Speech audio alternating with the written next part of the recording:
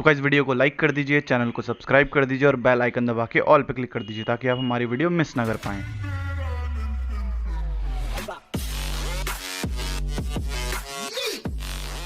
Hello guys, welcome back with a new video. My name is Archit. So guys, today we're going to study history, and in history we're going to study election and the election commission.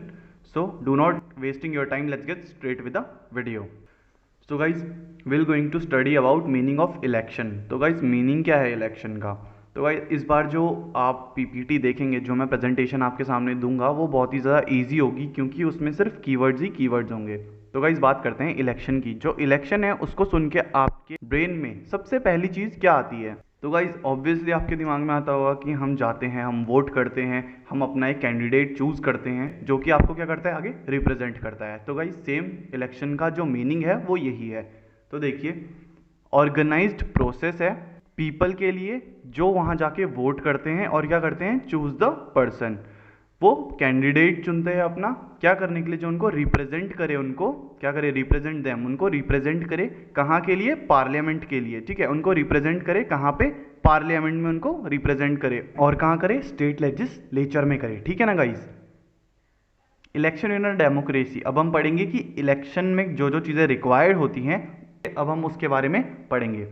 तो जो हमारा point A हमें बताता है वो है universal adult franchise आपका होना बहुत ज़्यादा ज़रूरी है। इसका मीनिंग है, इस टर्म का मीनिंग, कि आप लोगों को अबव 18 होना चाहिए।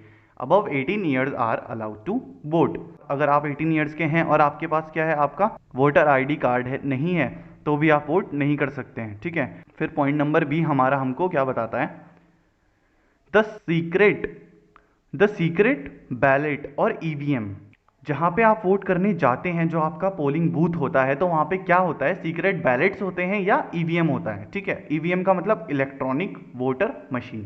तो गाइस द सीक्रेट बैलेट में क्या होता है, मैं आपको बताता हूँ कि जब आप लोग वहाँ पे जाते हैं ना, तो it is placed where voters can not see press the button. तो वो मशीन या बैलेट जहाँ पे होते हैं, वहाँ पे वन टाइम पे वन पर्सन ही जा सकता है और दूसरे कोई पर्सन वहाँ पे एंटर नहीं कर सकता है जब तक वहाँ पे एक पर्सन है। ताकि उसके पीछे क्या होता है, थोड़ा रीजंस होते हैं। फर्स्ट रीज़न अगर मैं आपको बोलूँ तो आपको कोई फोर्स नहीं कर सकता है कि आप अपना जो वोट है, आपका जो मत है, वो आप किसको देना चाहते हैं। ठीक है, वो आपकी मर्जी होती है। सेकंड, बहुत सारी जगह क्या होता है कि आप लोग हिचकिचाते हैं आगे पीछे एक दूसरे को देख के कि अच्छा ये इसको वोट कर रहा है, ये इसको वोट कर रहा है, तो वो सारी चीज़ें नहीं होंगी वहाँ पे। फिर हमारा जो पॉइंट सी है हमें बताता है electoral choice offered by competition. तो guys choice between political parties और कैंडिडेट्स। तो जब आप ईवीएम मशीन के पास जाते हैं तो वहाँ पे क्या होता है कि चॉइस होती है, वहाँ पे बटन्स होते हैं जिनको आपको प्रेस करना होता है। वो किसी पर्टिकुलर पार्टीज के हो सकते हैं, ठीक है, या कोई इंडिविजुअल कैंडिडेट हो तो वो उसके बटन्स होंगे, तो आपको वो प्रेस करना होता है। वहाँ पे उनका लेबल रहता है, जो उनके सिंबल होते हैं वहाँ पे वो प्लेस्ड रहते हैं और आपको उस बटन को प्रेस करना होता है। फिर अगर मैं बात करूँ कि क्या ऐसा हो सकता है कि आपको वहाँ वोट करने से कोई रोक दे, चाहे आप किसी भी रेस के हों, कास्ट के हों, सेक्स के हों या रिलीजन के हों, तो मैं बोलूँ कि ऐसा बिल्कुल नहीं हो सकता है। ये आपका फंडामेंटल ड्यूटी है आपकी, ये ठीक है ना, आपको ये करने से कोई रोक नहीं सकता है। तो गाइस हम बात करने वाले हैं चार्ट ऑफ पार्लियामेंट की, कि पार्लियामेंट में जो क्या होती है, जो पोस्ट होती हैं, हम उनके बारे में हम बात करने वाले हैं, जो वहाँ की मेन पोस्ट होती हैं। ठीक है, तो Rajya Sabha, Lok Sabha and the president. तो ये जो तीन मेन पोस्ट होती हैं हम उनकी बात कर रहे हैं। ठीक है, तो लोकसभा को हम, और उसका सेकंड नेम क्या है, ठीक है, लोअर हाउस हम लोकसभा को बोलते हैं और हाउस ऑफ द पीपल हम लोकसभा को बोलते हैं। फिर अगर हम बात करें तो विधानसभा भी हम लोकसभा को बोलते हैं, और जो वहाँ पे कैंडिडेट्स काम करते हैं, ठीक है, जो जीतते हैं, जिनको हम जिताते हैं और वो वहाँ जाके बैठते हैं, ठीक है, पार्लियामेंट में जो काम करते हैं, उनको क्या बोलते हैं, members of the legislative assembly हम उनको बोलते हैं, यानी कि एमएलए। अगर आपने सुना हो कभी तो एमएलए हम बोलते हैं। फिर बात करते हैं राज्यसभा की। तो राज्यसभा का जो सेकंड नेम है वो है काउंसिल ऑफ द स्टेट्स। ठीक है, काउंसिल ऑफ द स्टेट्स भी हम बोलते हैं और हम इसको अपर हाउस भी हम बोलते हैं इसको। फिर हम इसको विधान परिषद भी, हम इसको विधान परिषद के नाम से भी हम इसको जानते हैं। और जो कैंडिडेट्स वहाँ पे काम करते हैं हमारे लिए, हम उनको क्या बोलते हैं, एमएलसी बोलते हैं उनको, मतलब members of the legislative council. ठीक है, और जो पार्लियामेंट में जो बंदे काम करते हैं, जो पीपल्स कैंडिडेट्स वहाँ पे काम करते हैं, उनको हम बोलते हैं एमपीज। ठीक है, जो वहाँ पे मेंबर्स होते हैं, मैं मेंबर्स की बात कर रहा हूँ, ठीक है, उनको हम बोलते हैं एमपीज, मतलब मेंबर्स ऑफ द पार्लियामेंट। तो गाइस, जब हम बात करते हैं टाइप्स ऑफ इलेक्शन की, कि इलेक्शन के टाइप्स क्या क्या होते हैं, तो जो सबसे पहला टाइप हमारा है वो है जनरल इलेक्शन। तो गाइस, जनरल इलेक्शन सुन के आपके दिमाग में क्या आ रहा है सबसे पहले? Where the people of the country vote to choose a government. तो जनरल इलेक्शन नॉर्मली वही होते हैं जो हम जनरली इलेक्शन हम जाते हैं, हम वहाँ पे वोट करते हैं, ठीक है, वही जनरल इलेक्शंस होते हैं। जो हमारे सेकंड इलेक्शन है वो है बाई इलेक्शन। तो गाइस, बाई इलेक्शन क्या होते हैं? इफ अ मेंबर डाइड और left suddenly then it exist.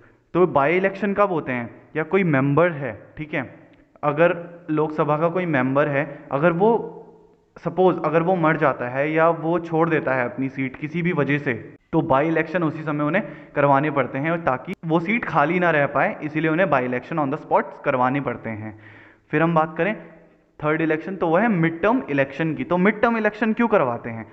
The Lok Sabha और the state assembly may be dissolve before it's term is over. तो क्या होता है कि अगर लोकसभा या स्टेट असेंबली क्या हो, डिसॉल्व हो जाए, उसके जो उसका पीरियड होता है उससे पहले, तो उनको मिड टर्म इलेक्शन करवाने पड़ते हैं। तो ये था मिड टर्म इलेक्शन के बारे में। जो हमारे टाइप्स ऑफ इलेक्शन है वो यही होते हैं, जनरल इलेक्शन, बाई इलेक्शन और मिड टर्म इलेक्शन। तो गाइस, हम बात करने वाले काइंड्स ऑफ इलेक्शन की, इलेक्शन के कितने प्रकार होते हैं बेसिकली। तो गाइज, इलेक्शन के दो प्रकार होते हैं, एक है डायरेक्ट इलेक्शन और एक है इनडायरेक्ट इलेक्शन। तो अभी हम बात कर रहे हैं डायरेक्ट इलेक्शन की। डायरेक्ट इलेक्शन की अगर मैं कीवर्ड्स की बात करूं तो हमेशा याद रखिएगा वोटर्स, चॉइस और candidate. Voters vote directly, choice their representative to the legislature. अगर मैं बोलूं कि डेफिनेशन में अगर मैं इसको ट्रांसफर करूं तो ये होगा, direct election is one in which the voters directly choose their representative to the legislature. जो हमारा सेकंड काइंड है इलेक्शन का वो है इनडायरेक्ट इलेक्शन। तो गाइज, इस पे भी सेम है, वोटर्स, चॉइस और कैंडिडेट, सिर्फ वोटर्स, चॉइस और कैंडिडेट, बट जो इनके अंदर का मैटर है वो थोड़ा चेंज है। इनडायरेक्ट इलेक्शन जैसे कि आप समझ ही गए होंगे कि आप लोग क्या कर सकते हैं, आप डायरेक्ट इलेक्ट नहीं कर सकते हैं या अपना वोट डायरेक्टली नहीं दे सकते हैं। इस पे क्या होता है, आप एक मिड बॉडी को, इंटरमीडिएट बॉडी को चुनते हैं, जो कि आपका वोट आगे, आपका जो मत है वो आगे क्या करता है, रिप्रेजेंट करता है अपनी तरफ से, खुद की तरफ से। तो मैं बात करूं voters, voter do not, choice में होगा डायरेक्ट इलेक्ट्स, कैंडिडेट में होगा their representative but elects an intermediate body which finally elect the representative. अगर आप इसको डेफिनेशन इसकी आप बनाएंगे तो आप कैसे बनाएंगे? An indirect election is one in which the voter do not, ठीक है, directly elect their representative to the legislature. तो आप इसको ऐसे करके बना सकते हैं, तो आपके लिए थोड़ा इजी रहेगा समझने में भी, कि वोटर डायरेक्टली अपना वोट नहीं देता है, वो एक मिड बॉडी को, इंटरमीडिएट बॉडी को अपना जो मत है वो देता है, और उसके बाद वो इंटरमीडिएट बॉडी, वो कैंडिडेट जाके आपको आगे करके आपका वोट, खुद से आपका वोट आगे देता है। जैसे कि प्रेसिडेंट के केस में होता है, प्रेसिडेंट के वोट हम नहीं देते हैं, हम प्रेसिडेंट को वोट कभी नहीं करते हैं, जो कैंडिडेट्स हमने चुने हुए होते हैं वही जाके आगे प्रेसिडेंट को वोट करते हैं। तो यह है indirect election. I hope guys आप लोगों को समझ आ रहा होगा जो मैं आपको समझाना चाहता हूँ। एंड अगर आपको मेरा ये तरीका, ये कीवर्ड्स का तरीका अगर आपको पसंद आ रहा है तो please please please comment section में जाके कमेंट कीजिएगा। गाइज, अगर आपका कोई क्वेश्चन है तो आप मेरे को इंस्टाग्राम में या फेसबुक में फॉलो कर सकते हैं, आप मुझसे वहाँ मैसेज करके क्वेश्चन पूछ सकते हैं, और फॉर श्योर मैं आपको उसका जवाब दूंगा। मैंने लिंक अपने इंस्टाग्राम आईडी के और फेसबुक आईडी के डिस्क्रिप्शन में डाल दिए हैं, तो आप प्लीज़ वहाँ जाइए, हमें फॉलो कीजिए, और हम वहाँ पे इंस्टाग्राम में और फेसबुक में हम डेली फैक्ट्स अपलोड करते हैं, जो कि शायद आपके बहुत काम के हो सकते हैं या बहुत ज़्यादा इंटरेस्टिंग है। तो प्लीज़ आप हमें वहाँ जाके फॉलो कीजिए। Thank you. तो गाइज, हम बात करते हैं द प्रेसिडेंट। तो गाइज, लोकसभा में तो डायरेक्ट इलेक्शन है, और इनडायरेक्ट इलेक्शन राज्यसभा और द प्रेसिडेंट या प्रेसिडेंट के होते हैं। अब वो कैसे होते हैं मैं आपको बताता हूँ। जो प्रेसिडेंट को कैसे इलेक्ट किया जाता है, तो गाइज बहुत ही ज़्यादा सिंपल है। अगर मैं सिंपल वर्ड्स में आपको बोलूँ, the elected members of the both houses of the parliament, जो बोथ हाउसेज हैं पार्लियामेंट के, राज्यसभा और लोकसभा, उनके जो इलेक्टेड मेंबर्स हैं वो प्रेसिडेंट को इलेक्ट करते हैं, ठीक है। The elected members of the legislative assembly of the state. जो इलेक्टेड मेंबर्स है लेजिस्लेटिव असेंबली के, उनको इलेक्ट करते हैं। सिंपल वे में अगर मैं आपको बोलूँ तो ये है इसका आंसर, प्रेसिडेंट को इनडायरेक्टली इलेक्ट किया जाता है। तो गाइस, जब हम बात करते हैं कि हमने डायरेक्ट इलेक्शन की बात कर लिया, इनडायरेक्ट इलेक्शन की बात कर लिया, वो कैसे होते हैं हमने ये बात कर लिया, अब हम उसके एडवांटेजेस और डिसएडवांटेजेस की हम बात करने वाले हैं। तो गाइस, सबसे पहला जो हम बात करते हैं डायरेक्ट इलेक्शन के एडवांटेजेस की और डिसएडवांटेजेस की। तो गाइस, सबसे पहला जो एडवांटेज है ना डायरेक्ट इलेक्शन में, वो क्या है, हम उसकी बात करते हैं कि जो पीपल हैं वो क्या करते हैं, वो इंटरेस्ट लेना शुरू करते हैं इलेक्शंस पे। फिर गाइस, अगर हम डिसएडवांटेजेस की बात करें, जो कैंडिडेट्स होते हैं वो क्या करते हैं, इन्फ्लुएंस करते हैं, मैन्युपुलेट कर देते हैं। कोई बोलते हैं ना कि लोग पैसों में बिक रहे हैं, वोटर्स पैसों में बिक रहे हैं, ठीक है, कास्टिज्म के उसमें लड़ा देते हैं, तो ये डिवाइड कर देते हैं वोटर्स के वोट। तो ये एक डिसएडवांटेज हो जाता है डायरेक्ट इलेक्शन में। फिर अगर हम बात करते हैं कि people can directly elect the candidate they want. Direct election में क्या होता है कि हम डायरेक्टली इलेक्ट कर सकते हैं किसी को भी जिसको हम जिताना चाहते हैं। वहीं अगर हम डिसएडवांटेज की अगर हम बात करें तो बहुत ही ज़्यादा अमाउंट, मनी का बहुत ज़्यादा बड़ा अमाउंट जो होता है ना वो स्पेंड होता है। क्यों होता है स्पेंड?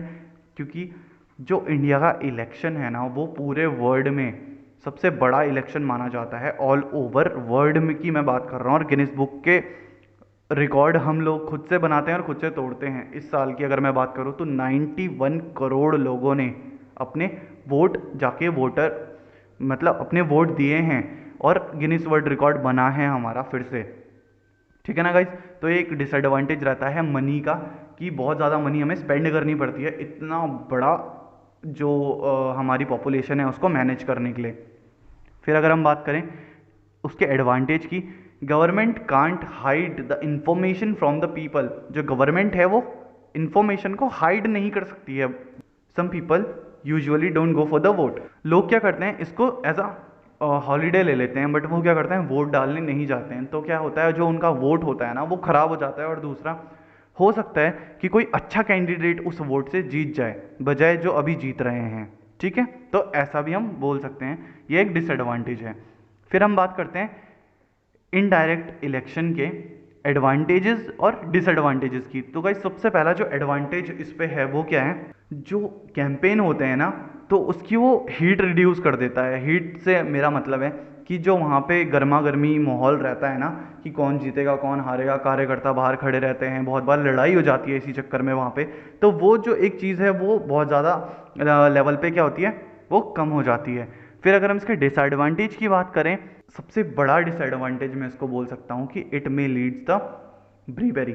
तो ब्रीबेरी का मतलब होता है कि हम जो घूस लेते हैं ना, जो आपने कभी सुना होगा कि भाई एमपी बनने के लिए या एमएलए बनने के लिए एक सीट इतने में बिक रही है, इतने में बिक रही है। आप लोगों ने बहुत बार सुना होगा, बहुत बार न्यूज़ में ये चीज़ें उठती हैं। तो वही इसका बहुत बड़ा डिसएडवांटेज है, यहाँ से बहुत ज़्यादा घूसखोरी शुरू हो जाती है, ठीक है। फिर हम बात करते हैं इसके एडवांटेज की, तो less money will take place. फिर हम इसके डिसएडवांटेज की अगर हम बात करें तो may the people don't want any candidate to win but he wins. Disadvantages में क्या होता है कि अगर हम नहीं चाहते हैं कि कोई ऐसा बंदा जीते या ऐसा कोई करप्ट नेता जीत जाए जो कि हमारे डेवलपमेंट के लिए अच्छा नहीं, मतलब वो हमारा डेवलपमेंट कम करके खुद का डेवलपमेंट ज़्यादा करने की कोशिश करता है बेसिकली। तो ऐसा अगर कोई बंदा जीत जाए तो हम ये नहीं चाहते, और ये हमारे लिए बहुत बड़ा डिसएडवांटेज हो जाता है वहाँ पे। फिर अगर हम बात करते हैं एडवांटेज की, तो they should be no wastage of time of the people.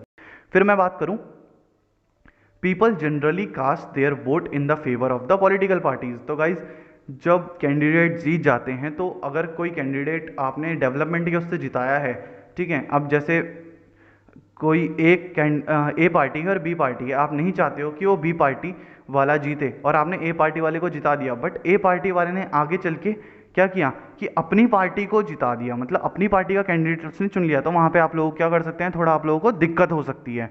तो वही यहाँ पे मैं आपको बताना चाहता हूँ कि ये थोड़ा डिसएडवांटेज हो जाएगा। तो गाइस, अब हम बात करते हैं इलेक्शन कमीशन की। इलेक्शन कमीशन क्या होता है basically, the management of election, technical preparations, declare of the election result. तो गाइस, बहुत ईजी है।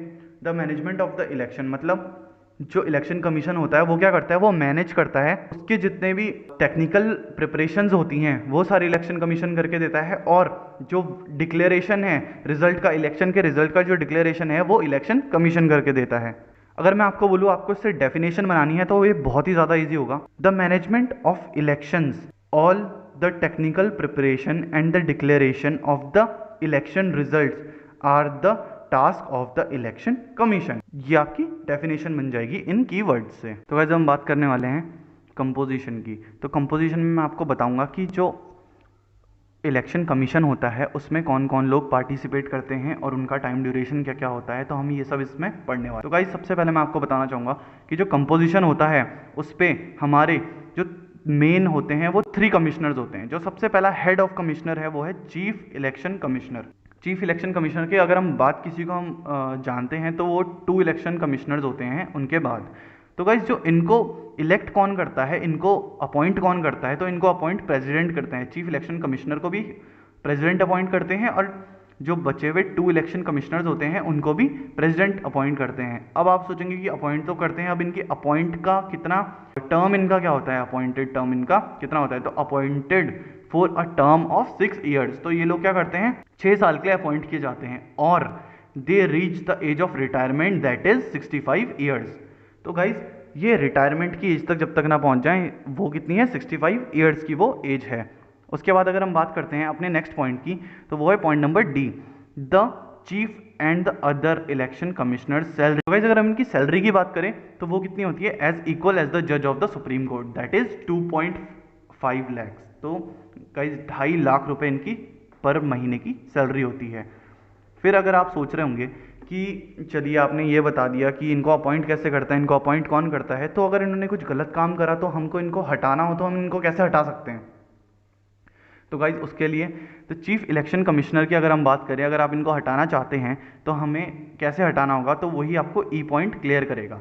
Bye the parliament as the same manner the जज ऑफ सुप्रीम कोर्ट।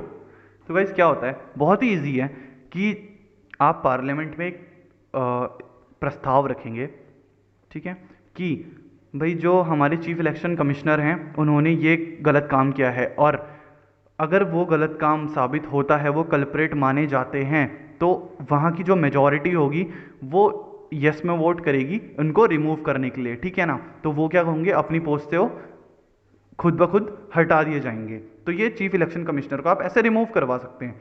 फिर आप बोलेंगे कि चलो चीफ इलेक्शन कमिश्नर को हम छोड़ते हैं, अगर जो बचे हुए 2 इलेक्शन कमिश्नर है अगर उन्होंने कुछ गलत किया तो हम उनको कैसे रिमूव करेंगे, तो वो भी बहुत ज़्यादा ईजी है, बट वो उनका पार्लियामेंट से कुछ नाता ही नहीं होगा। वो कैसे हटेंगे, वो डायरेक्टली प्रेसिडेंट उनको हटा सकते हैं by the recommendation of chief election commissioner, ठीक है गाइज।